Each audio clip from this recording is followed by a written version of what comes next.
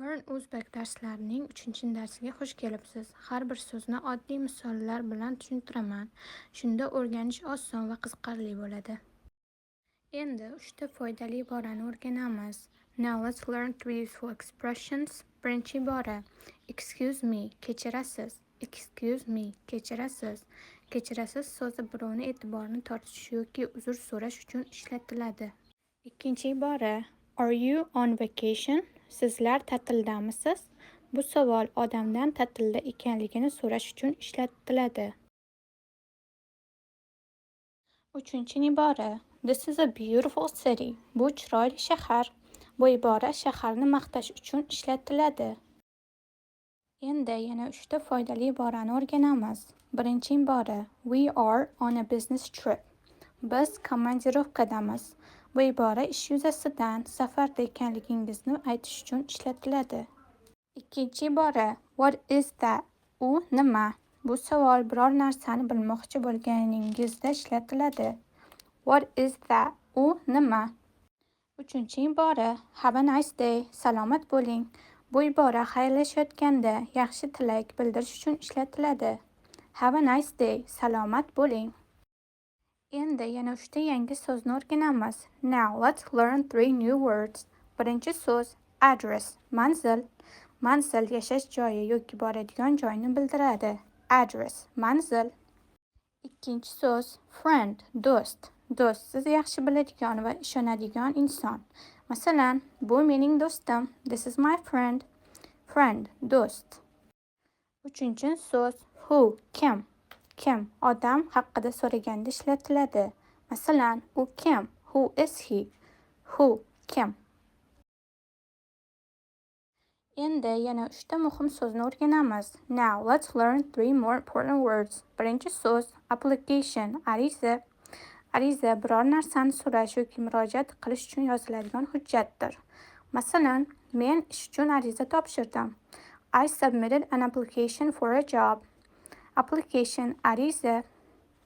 Ikkinchi so'z date, sana. Sana kun, oy va yilni bildiradi. Masalan, bugungi sana nima? What is today's date? Date, sana. Uchinchi so'z gender, jins. Jins erkak yoki ayol ekanligini bildiradi. Masalan, iltimos jinsingizni belgilang. Please select your gender. Gender, jins. Birinchi so'z big, katta. Mendan keyin takrorlang. Big, katta. Rasmga qarang. Fil katta. Ingliz tilida the elephant is big. Keyingi so'z small, kichkina. Birga ayting. Small, kichkina. Kichkina narsani o'ylab ko'ring. Masalan, sichqon, tanga yoki kichkina qush. Misol sichqon kichkina. Ingliz tilida the mouse is small. Oxirgi so'z kitchen, oshxona. Takrorlang. Kitchen, oshxona. Rasmga qarang. Bu oshxona. Misol, men oshxonadaman. Ingliz tilida I am in the kitchen. Endi yana 3 yangi so'zni o'rganamiz. Avval inglizcha so'zni aytaman, keyin uning o'zbekcha ma'nosini ko'ramiz. Mendan keyin takrorlang. Right, o'ng. Right ingliz tilida o'ng degan ma'noni anglatadi. Misol, turn right. O'ngga buriling. Keling birga takrorlaymiz. Right, o'ng. Shore, sohil. Rasmga qarang, bu dengiz bo'yi. Shore, bu sohil degani. Misol, we are walking along the shore. Biz sohil bo'ylab sayr qilyapmiz.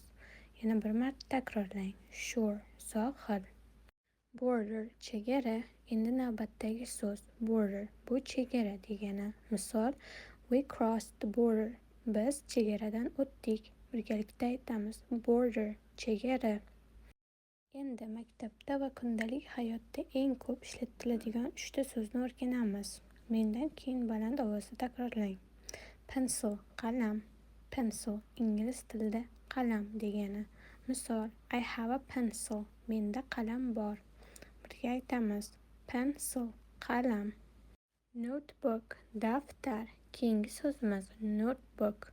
Notebook bu daftar. Misol, open your notebook. Daftaringizni oching. Takrorlang. Notebook, daftar. Qog'oz, paper. Oxirgi so'zimiz paper. Paper o'zbek tilida qog'oz degani. Misol, write on the paper. qog'ozga yozing. Yana bir marta takrorlaymiz. Paper, qog'oz. Endi xonada har kuni ko'radigan 3 ta buyumning inglizcha nomini o'rganamiz. Rasmlarga diqqat bilan qarang va mendan keyin takrorlang. Window, deraza. Bu nima? Ha, bu window. O'zbekchasi deraza. Misol: Open the window. Derazani oching. Hamma birga aytamiz. Window, deraza. Door, eshik. Endi keyingi rasmga qarang. Bu nima? Bu door. O'zbekchasi eshik. Misol: Close the door. Eshikni yoping. Takrorlang. Door, eshik. Book, kitob. Oxirgi rasmga qarang. Bu nima? Bu book. O'zbekchasi kitob. Misol: I am reading a book. Men kitob o'qiyapman. Hamma birga aytamiz. Book, kitob. Endi bugun o'rgangan 3 ta fe'lni eslab olamiz. To know, bilmoq. To take, olmoq. To give, bermoq. Keling, misollarni birgalikda o'qiymiz. To know, bilmoq. Ingliz tilida I know his name. O'zbekcha ma'nosi men uning ismini bilaman. To take, olmoq. To take, olmoq. Ingliz tilida please take the book. O'zbekcha ma'nosi iltimos kitobni oling. To give, bermoq. To give, bermoq. Ingliz tilida give me the pen. O'zbekcha ma'nosi menga qalamni bering.